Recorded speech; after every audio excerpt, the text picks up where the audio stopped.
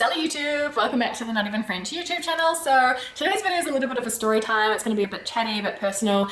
It's in response to a question that I get asked quite a lot, which is how did you manage to build up such a successful career over in France, especially when you arrived speaking zero French? And it is true that I built up a very successful corporate career, you know, well paid, all the benefits in French multinational companies, working for groups like the Louis Vuitton Moet Hennessy group, working for L'Oreal, working for cool tech startups, and I've had a really fulfilling and really exciting international career, of which 6 years was based in France. And by the way, I always worked in English. So even if my colleagues were French or I was in French companies, my job, my outputs, my results, what I was getting assessed on was always in English. For better or for worse, right? Because obviously if I had worked in French full time, I think my language skills would have sharpened so well. But at the same time, to be completely honest, communication is one of my strengths, one of my natural gifts, and I always felt like the thing that made me stand out, the thing that I was really great at, which was, you know, taking complex information and translating that and really communicating it in a succinct and compelling way, or using fun marketing language or puns, or just knowing how to tell a story, you know? All of these things about me which made me me as a professional, I did fear them being lost to some extent because my French was never quite at that level of absolute mastery and fluency and wit and that kind of top level. And so I sought out a career path in English and I had a really great time. And so I'm going to share in this video a couple of the things I think that made it work so well and a couple of lessons learned along the way and what I would do if I were in your shoes. If you're watching this video, perhaps you're interested in moving to France, building a career in France, that kind of thing. And by the way, if you are in that situation and you are thinking, gosh, I would love to live in Paris or Bordeaux or Lyon or Marseille, or I'd love to move to France, I would love to study there in English or work there in English, I help people do that. I have a company called Badass Careers, and one of my programs, the Career Glow Up, is dedicated to helping people make really strategic and intentional big moves. It could be moves across professions or changing industries, but also changing countries. And it's the kind of career moves that are career defining, really, and change the course of your career. And so I'm specialized in that, and I help women all around the world do that all the time. I've had 15 women this year move to France to continue their professional chapters. So if you are interested in getting into a top tier master's program in France, if you are interested in moving to France or having a professional chapter in France, definitely hit me up over at Badass Careers. So I'm on the Badass Careers Instagram page pretty much every day. Send me a DM over there at Badass Careers and we can see if it's a good fit for my coaching services or programs for me to be able to help you to get to where you want to go. And that's, by the way, an open offer for anyone in general. You don't have to want to move to France. It's if you're wanting to level up your career, level up your life, do work that feels fulfilling and on purpose and it's intentional, and you feel in the driver's seat of your career and you brand yourself up and you're able to communicate how amazing you are and be paid what you're worth and all of that good stuff, definitely come and check me out over there. But without further ado, let's have a chat about what it took for me to build up the successful career that I had in English in France. So I think the first move that I made, which was really important and a game changer for me personally, was deciding to do my master's program in France for a few reasons. Firstly, I needed the visa. Let's be honest, as a non-EU citizen, I could not get a work visa being an HR professional. I'm not a doctor, I'm not an IT, I'm not going to get sponsored anytime soon. And there was no way at the time to make it work with any kind of relationship visa. And I didn't tick off any of the other boxes. For example, being an entrepreneur or having enough money to justify a long stay visa and all of this kind of stuff. And so for me, it was my pathway to entry for a visa, first and foremost. But not only this, but my master's program, I've spoken about it quite a lot on this channel because it was life-changing. It was 100% in English. It was highly regarded in the French market. I was able to study my passion, which was international human resource management, and the school had partnerships with top tier French companies. And not only this, but there's a system in France called the apprentissage system.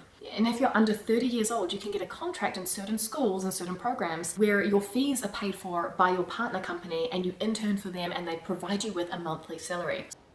Wow. So not only were my 14,000 euro school fees completely paid for by LVMH, the Louis Vuitton Moet Hennessy group where I started, but they paid me 1,500 euros per month as well. And so all of my living costs were completely covered while I was doing my master's program. And honestly, this just felt like a major life hack, you know, in terms of getting my master's, upskilling, giving myself time to learn French while I was studying in English and still being able to be my best self in my native tongue. all of the staff working, having my bills paid. Oh my gosh, what a fantastic ticket to entry. And it's something that I wouldn't even know existed. So I would definitely, encourage anyone out there to do their research. But what does it look like to do a master's degree in Sweden, in Germany, in France? Because it may be an upgrade compared to what it would look like to study in your own country. And what was really great about this program as well is because I had already 2 bachelor's degrees plus a postgraduate certificate, it was the equivalent of having a master's 1, so my first year of a master's program, which meant that I only need to study for 1 year, get my master's 2, and then off I went. And by having this French education on my CV, it really helped. And it also was a stamp of approval, a French stamp of approval, which is really important for French companies because they knew the school, because they had students from that school and they knew they were good and all of that kind of thing. So it instantly opened up a network as well, which is crucial for building a successful career in France. When I say network, not everyone has to be your best friend, but having people who know people who know people who can help you out. They can recommend you, they can refer you, because it's so risky for French companies to hire people that they don't know from anywhere or through anyone, because once you sign that contract, it's very, very difficult for them to ever fire you or get rid of you.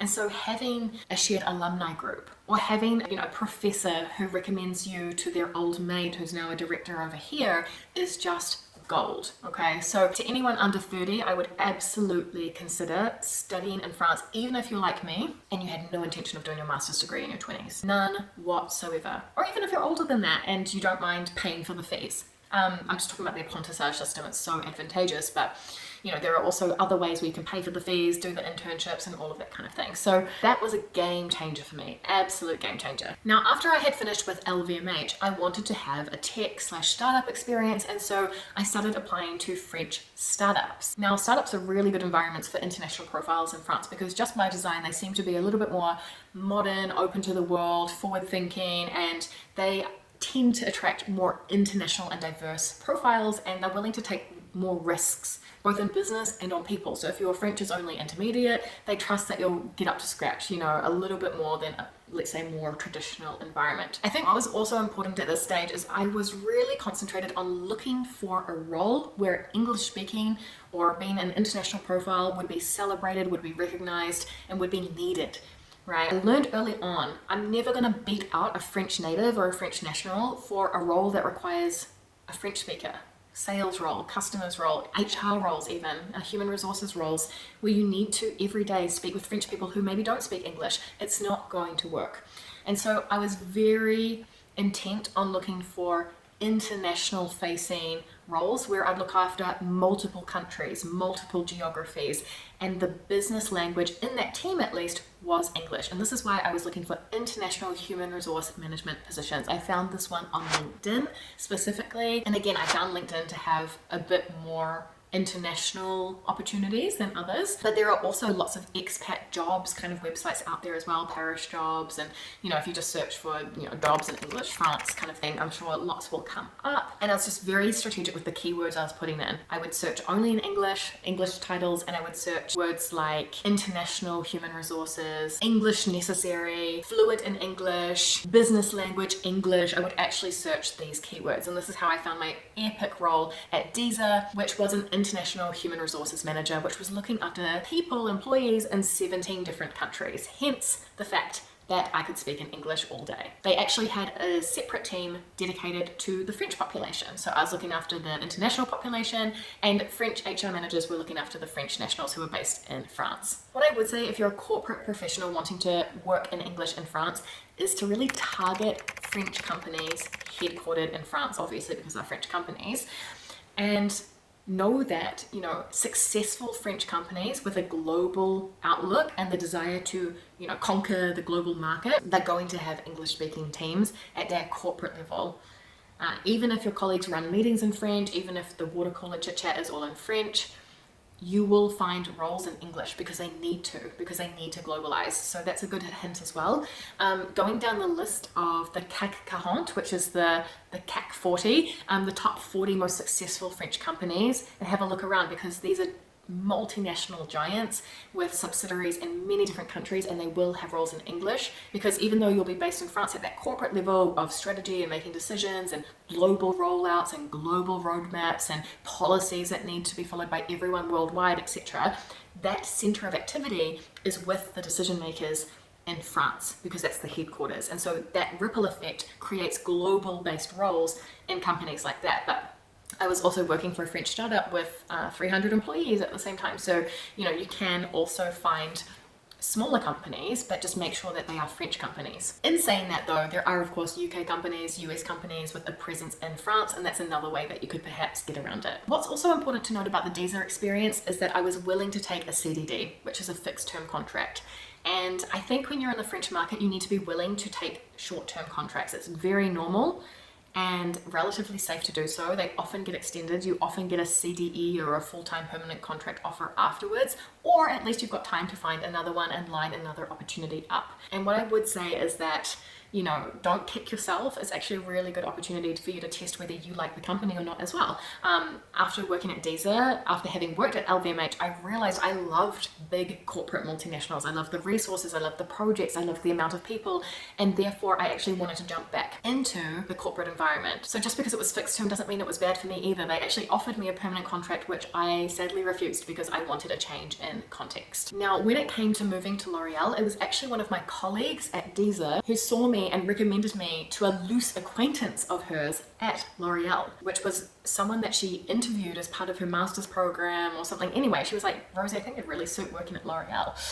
She recommended me to this person, and a few weeks later I got a call from the recruiter. So, and again, network is everything in France. So be part of expat groups, join meetups, have diverse friends, because you never know who your contacts know or who their partners know or who's in their family and that kind of thing. So the moment you are able to articulate what you want, you'd be surprised how many people might know people in places where you would like to go, and this is everything. The second point here is to be patient. Recruitment in France takes a long time. So I started talking to the recruiter at L'Oreal 9 months before they gave me a job offer. I actually started, between Deezer and L'Oreal, I actually worked in a consulting firm. I took a risk. It was a permanent contract, but I was on a trial period. And I always had it in the back of my mind, if this role from L'Oreal comes through, I'll need to go, because L'Oreal is my dream. And that's my dream job. It was going to be the most epic job, completely international, travel involved, like epic projects. And I just knew if it came through, I'm going to have to say goodbye to this company. And it felt awful. I was crippled with anxiety. But sometimes you've got to know that not everything happens in a clean way in France, or it's not all said and done, right? So even though I knew L'Oreal wanted me, it took, again, 9 months. 9 long months for the offer to come through, and I had to get on with my life in the meantime. When the offer came through, luckily I was still within my 6 months probation period, so we were able to end the contract very neatly. They completely understood and that kind of thing, no hard feelings, but it was a big deal. It really was. So just embracing the messiness as well, and being prepared that recruitment processes and conversations and job offers that come via networks and stuff, they can take 6 months, they can take a year, they can take 18 months, so that earlier you can plant seeds and develop those relationships and,